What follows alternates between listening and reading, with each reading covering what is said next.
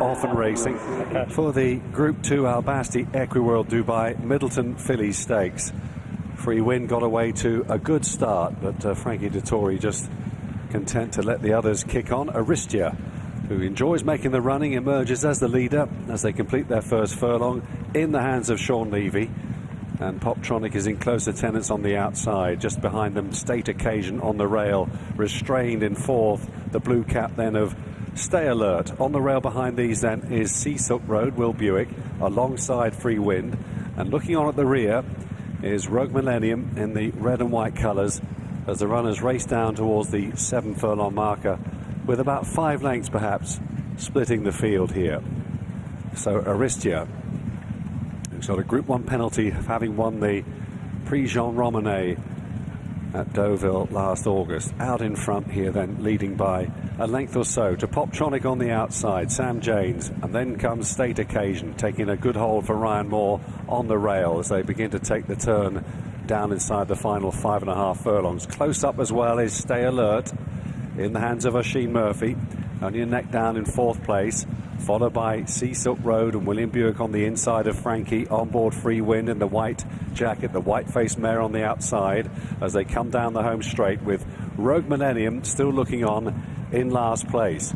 Racing inside the final 3.5 furlongs then, Aristia on the inside, Poptronic down the centre, perhaps showing ahead now. Look at Free Wind picking up the ground very effortlessly on the outside of these.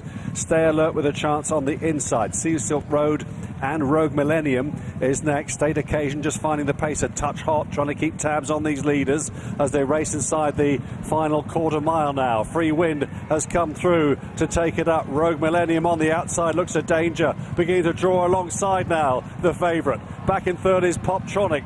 Free Wind and Rogue Millennium battling this out. Frankie seems to have a little bit in reserve on the classy Free Wind, who makes a winning reappearance comfortably from Rogue Millennium in second. Poptronic was third. State Occasion rallied, might have got fourth, but alongside Stay Alert, that goes to the judge. Really good race for the Middleton Stakes, and it was won by Free Wind for John and Thady Gosden, ridden by Frankie Dettori, probably a little bit comfortably in the end. But Rogue Millennium has run out of her skin. She really laid down a strong challenge, ran all the way to the line and was only just denied for Jack Mitchell and Tom Clover. Back in third was Poptronic for Carl Burke and Sam James, and it's close, but it's actually State Occasion, isn't it, who has grabbed 4th spot for Ryan Moore and Rafe Beckett. The winner, 6-5 favourite, Free Wind. She had the credentials and she's produced a classy performance. Yeah, she has, and over a trip that's a bare minimum for her, 1.25 miles. She's been a Park Hill winner by 7 lengths 18 months or so ago, so this was a good performance, a tough performance from her. She's travelled well into it. She hasn't quickened instantly, but then when she's got herself to the front, she's ground it out and really battled hard to see off Rogue Millennium, who has run a career best, I think, in second, to really put it down and put it up to Free Wind and make her work for it. But at the line, I think Free Wind has won with a little bit in hand, but it's a nice start for her season and a good test for her first time out, I think, that will bring her forward. Yes, it'll be interesting to see the reason why we only saw her once last season. I'd like to hear why that was, and whether those issues are well behind her. I think there's great promise here for the rest of the season. It absolutely justifies the decision to keep Rogue Millennium in training. She can find a really decent race. Absolutely, yeah. She's run a blinder and she's holding her form well this year. That's 3 good runs on the bounce. It's definitely the best run of her life, isn't it, here today? Stewards Inquiry. Let's have a look at the head on. They did come close together from the side on.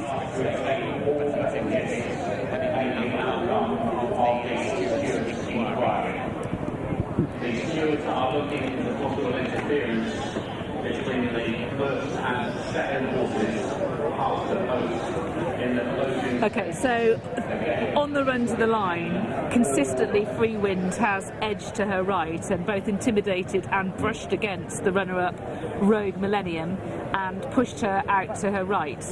What the stewards will be asking now that they're having the stewards inquiry is if has interference taken place? Yes. And if with an uninterrupted run, might, on the balance of the probabilities, 51-49, Rogue Millennium have finished in front of Free Wind? And your answer is? No.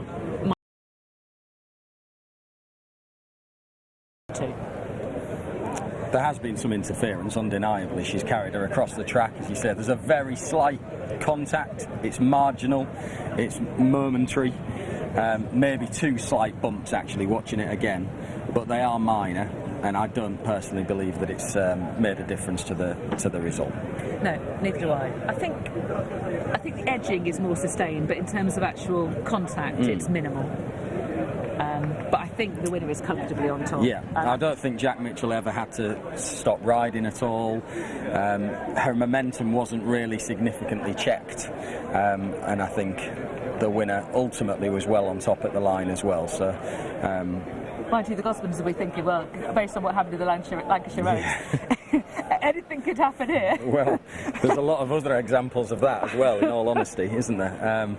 And anything could happen. My own personal opinion is that it didn't make a difference to the placings. No, that was I agree with you. It was a satirical comment about the state of what happened in the Lancashire Oaks. Here's the reverse angle. Remind me, I wouldn't mind. Remind me what the winning margin was. I think it was a neck, but right, okay. We'll get confirmation. Yeah. So we don't think that the stewards will change this placings. I think that with placings unaltered. Free wind is 16-1 from 33s with Unibet for the Arc, and 16s from 25 with Bet Victor from the Lark. Two things: half a length and 16-1 for the Arc. Halved in price. Yep. There's literally any excuse to no, cut it's these ridiculous, prices. isn't it? Yeah. Horse wins Group 2, 16-1 for the Arc. She might develop into an Arc candidate, potentially. She's 1.5 miles more a trip, and I'm sure she'll get better as the season goes on, but I'm not sure she did anything today to warrant a chopping price.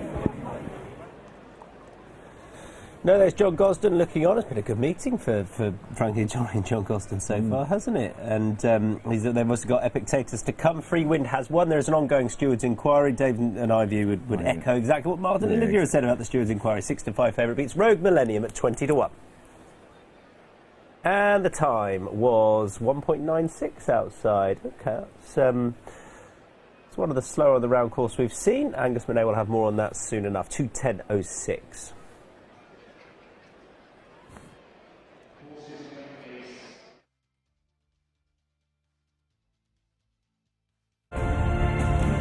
It's another group winner from Tattersalls.